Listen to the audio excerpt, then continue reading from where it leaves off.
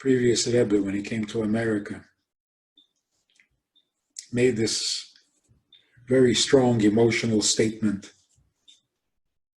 We are here in a place of safety and comfort, and Jews in Europe are in terrible danger.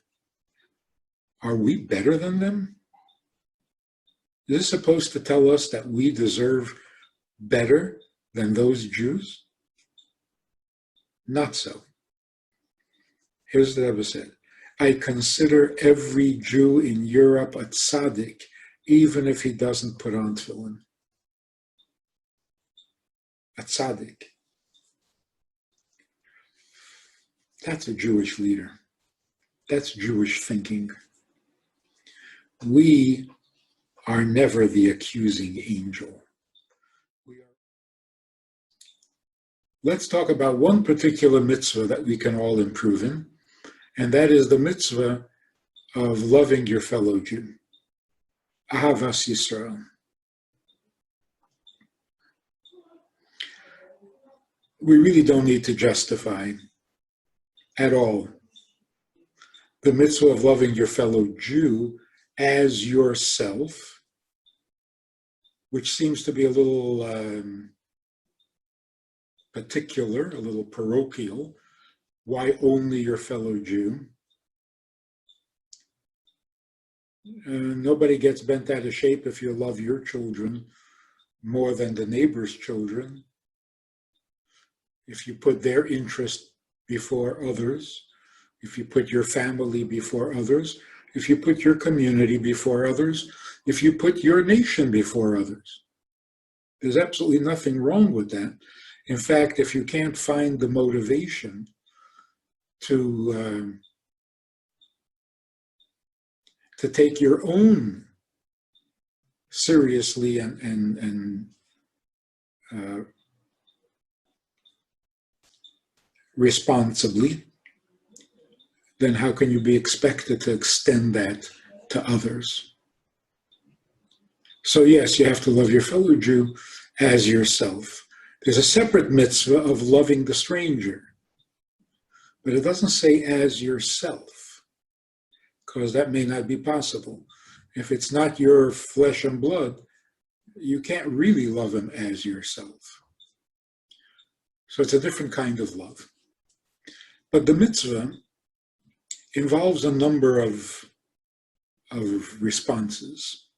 Obviously, if you love someone, you're going to be kind, you're going to be generous, you're going to be helpful. You also have to be defending. Part of Avas Yisrael is defending.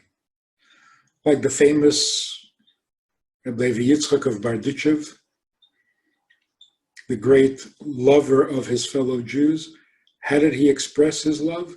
He defended them to God. On every occasion, he found arguments that show that the Jews deserve better than what they're getting. So he always argued in their favor. We also find in the prophets, in the Navi, where a great Navi was asked to be the prophet and to be God's mouth to the world, and in his humility, the Navi said, I'm not fit for the job. I am impure of lip, and I live among a people who are impure of lip. Our mouths are not holy.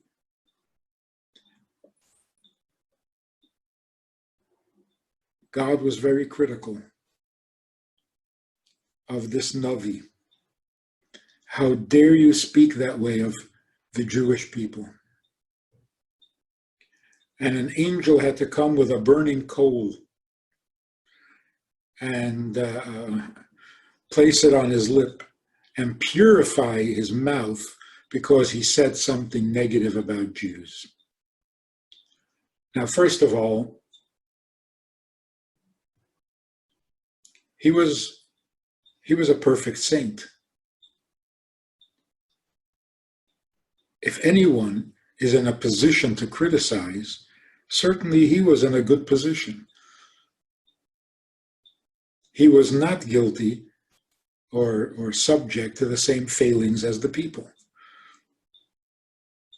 Secondly, it's not much of a criticism. Impure of lips. It's not exactly condemning them.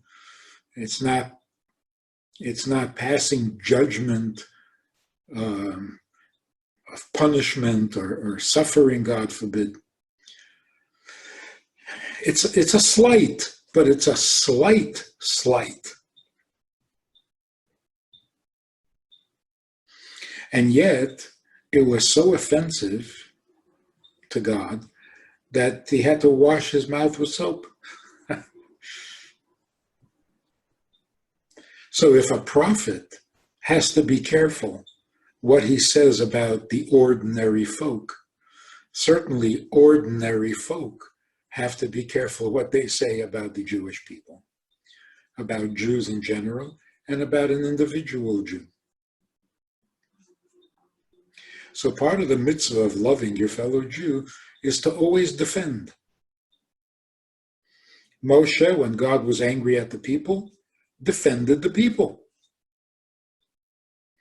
Even when they sinned grievously, making a golden calf 40 days after being told not to make graven images, Moshe defended them. You can't be angry at your people. They don't deserve this.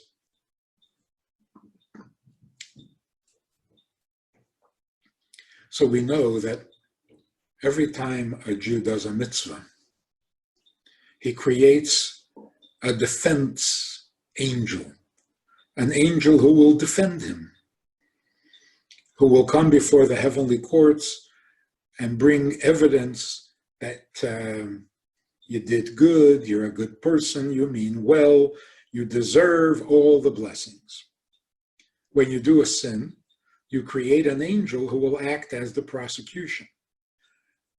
Dig up every sin you ever did, put it up on the scale, and argue that things are not so good.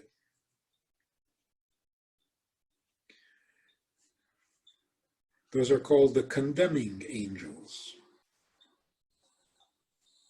Certainly, we, as fellow Jews, must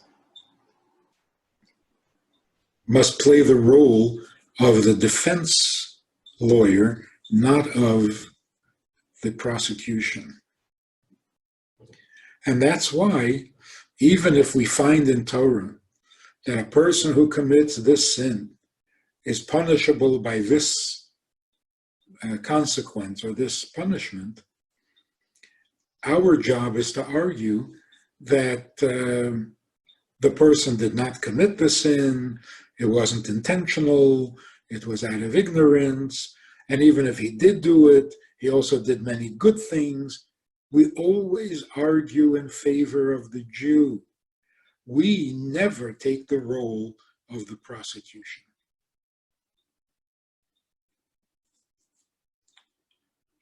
So you'll find in Torah where it says that a person who does such and such is going to suffer these consequences and he's going to be punished and it will be horrible. Our response should be, well, yeah, if a person is that bad, I'm sure there must have been people that bad who deserved that punishment, but not today, not any Jew I know. And in every generation, the good people always argued in favor of the sinner. So we needn't get confused.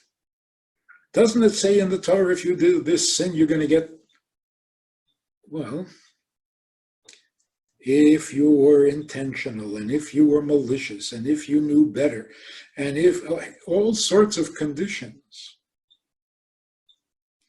So it's interesting that there's a whole section in Torah about a false prophet. Got to be wary of false prophets. So the Torah says, if a man comes along, claims to be a prophet, speaking in the name of God, and he predicts what's going to happen, and it doesn't happen, then he is a false god.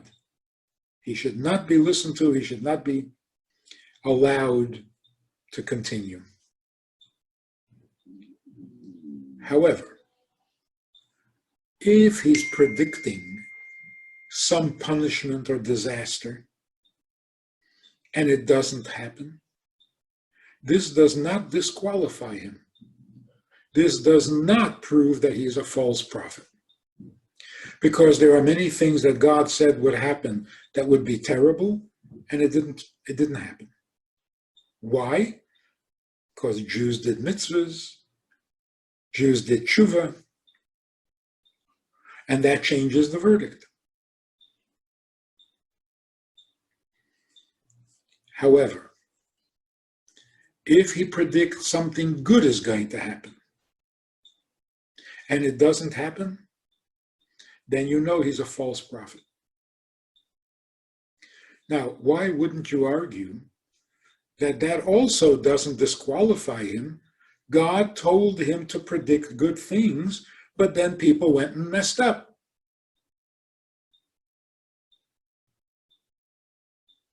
So he's not a false prophet. He said what was true. Good things were going to happen, but then you blew it.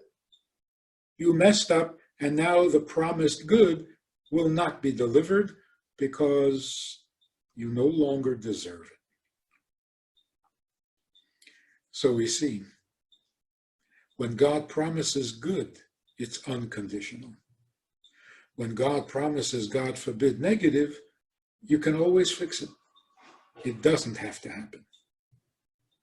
So those prophecies that say that there has to be this kind of tragedy or that kind of, no, it doesn't have to happen. If we do our mitzvahs the way we're supposed to, it won't happen.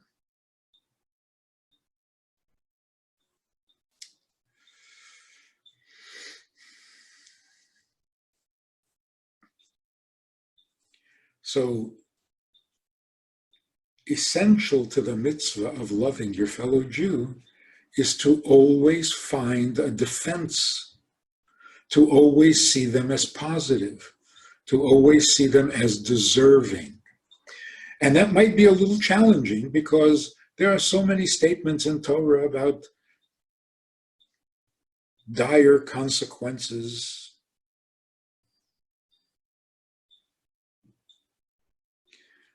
When God said to Moshe, I am going to wipe them out. Done. I've had it with them. Pretty serious. Moshe was not impressed, and he was not intimidated, and he didn't believe it. And so he argued. Can't be that you're that angry. It can't be that they deserve.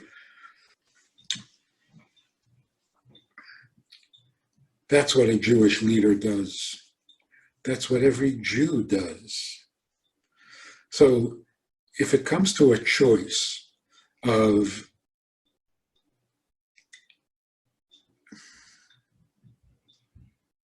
taking literally, believing literally in all the punishments that are mentioned in Torah and all the dire consequences that come from sinning and from,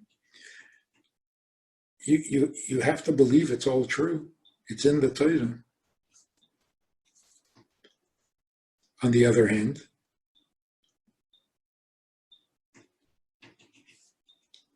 in every judgment, there are conditions, circumstances, mitigating circumstances. So no judgment needs to be final. So when a good is promised, we have to pray that that happen. And when punishment is promised, we have to pray that it doesn't happen.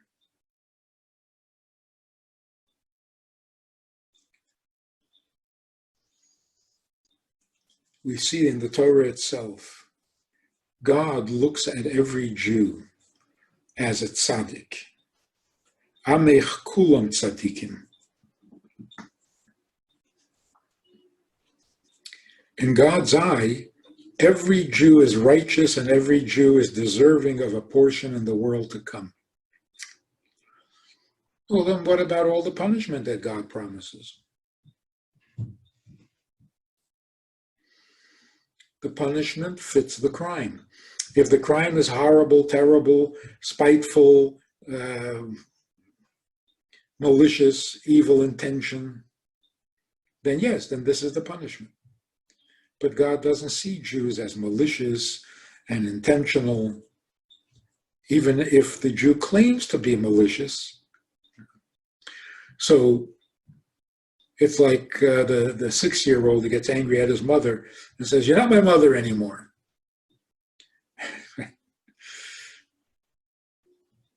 No mother takes that seriously. Because you know that those are just words. The kid doesn't really mean it. That's how we're supposed to think of our fellow Jew. That's what we're supposed to understand from the Torah. So if somebody says to you, "Oh, it's written that if you do this and that, you're going to suffer in this world, you're going to suffer in the next world, you deserve to be..." Yep. That's all in theory if all the conditions are met. But we never agree that any Jew has met all those conditions. And that's why the Torah says, and you don't need to have chapter and verse to quote, like, where does it say that God loves us? Where does it say that God is compassionate?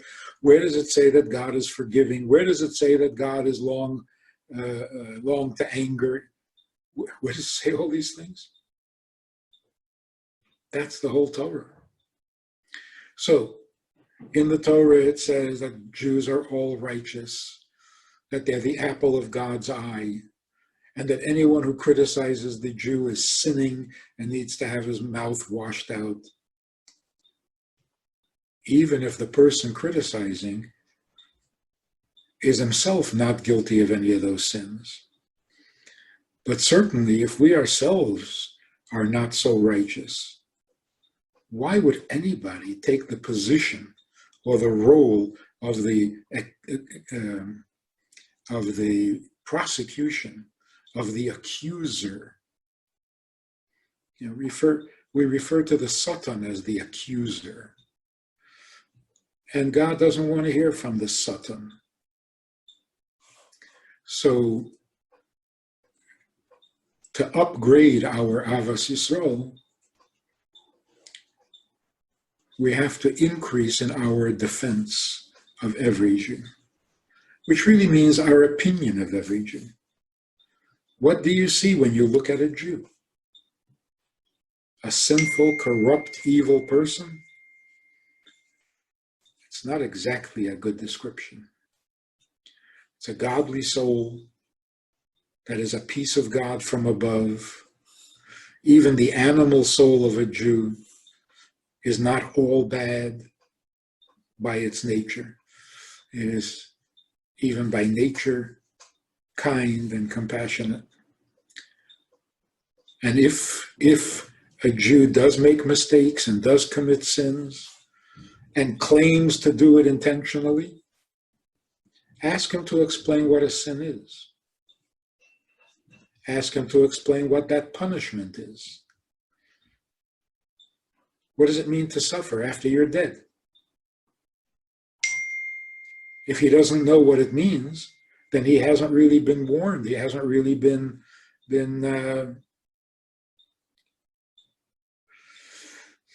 made aware of the seriousness of the sin or the consequence, because he doesn't understand what you're saying. If you don't warn a person, you can't punish the person. And to warn a person means to tell him what he can expect, But if you're telling him something he has no idea what you're talking about, something with the soul will go up, it'll go down.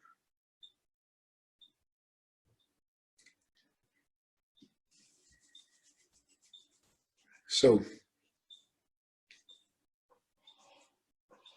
in our times, after the Holocaust, we need to be 10 times more protective of every Jew than we were before the Holocaust. And before the Holocaust, every righteous Jew, every good Jewish leader, every kind-hearted and decent soul argued that Jews are not wrong and they're not bad, and if they make mistakes, it can be overlooked, it can be forgiven, it can be excused. Never, never do we deserve the exile and the suffering and so on. And that's before the Holocaust.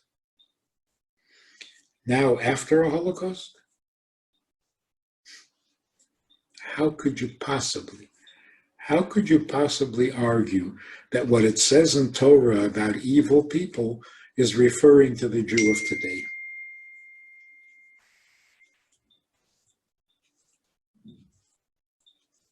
The previous Rebbe, when he came to America, made this very strong emotional statement.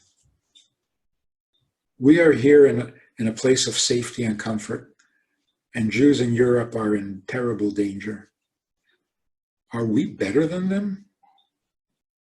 Is this supposed to tell us that we deserve better than those Jews? Not so. Here's what Rebbe said. I consider every Jew in Europe a tzaddik, even if he doesn't put on tefillin. A tzaddik. That's a Jewish leader. That's Jewish thinking. We are never the accusing angel. We are always the defending angel. That is the minimum requirement in the mitzvah of Avas Yisrael.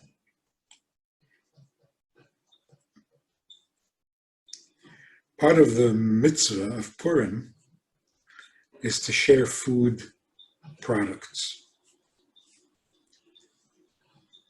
Why did that become the custom?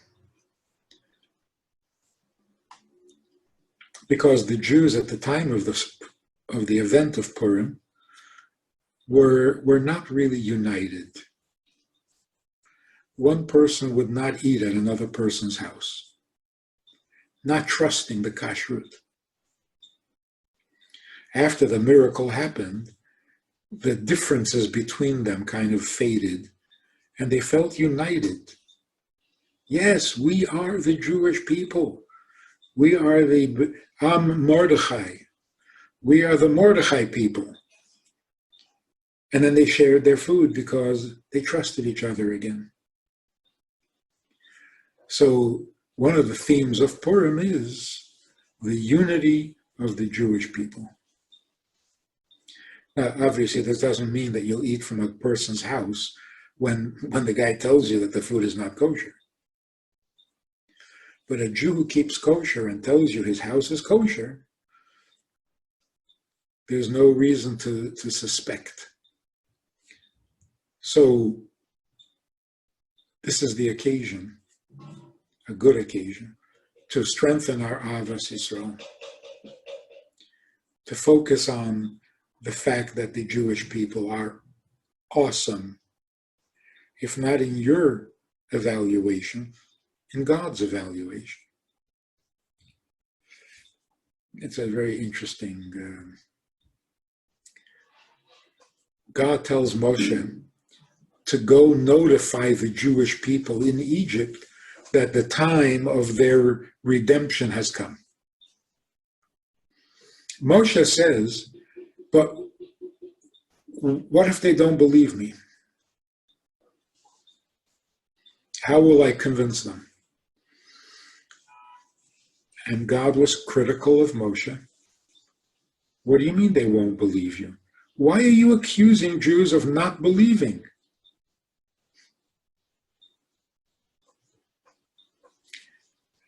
That's another mild accusation. The Jews have been slaves. The Jews have been 210 years in Egypt. They're a little discouraged. Here a guy comes along. They don't know him. He comes along and he says, we're going out. We're leaving. It's not a terrible accusation to say they might not trust me or believe me. And yet God was offended. Don't talk like that about my kids. But the amazing thing is, God says, okay, I'll give you a sign. You'll perform this little wonder for them, and then they'll know that you're for real. And then God says, if they don't believe you even after the sign, I'll give you another sign. So listen to this. Moshe says they might not believe me. God is offended. But God himself says, I'll give you a sign to make them believe. But if one sign is not sufficient, and they still don't believe you, I'll give you a second sign. Which means God can say critical things about his children. God can threaten punishment and all sorts of things. He's the Father. But as a fellow Jew, we have to be really careful. So here's the final story on the subject, and that is the Rebbe Rashab was speaking to a chassid who was brokenhearted because he had lost his fortune. He went bankrupt. And he was devastated. A second chassid approached, heard what was being discussed, and he, I think with good intentions, said to the first chassid, it's all for the good. Don't be distressed. It's all for the good.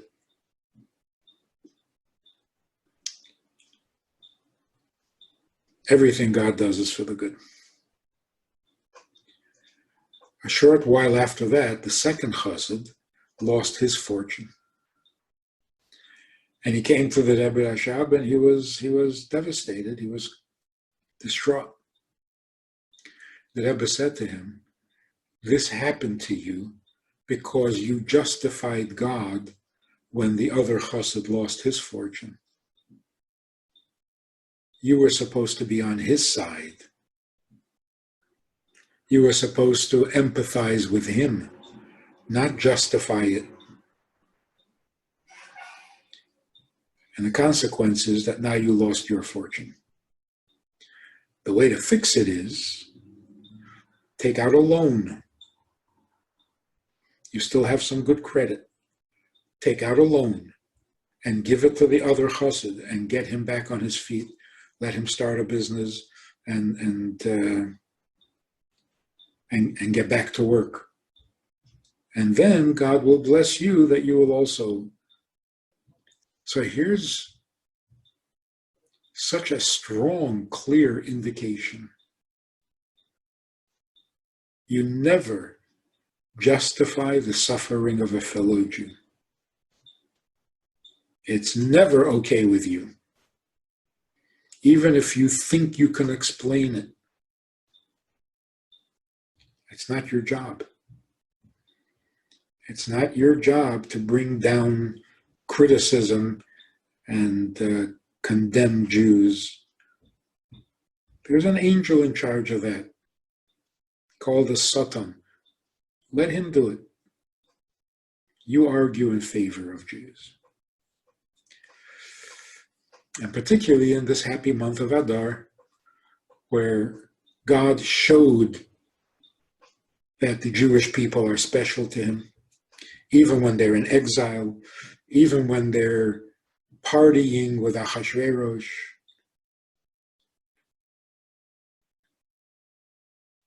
The Jew remains a Jew. And that's what we have to focus on.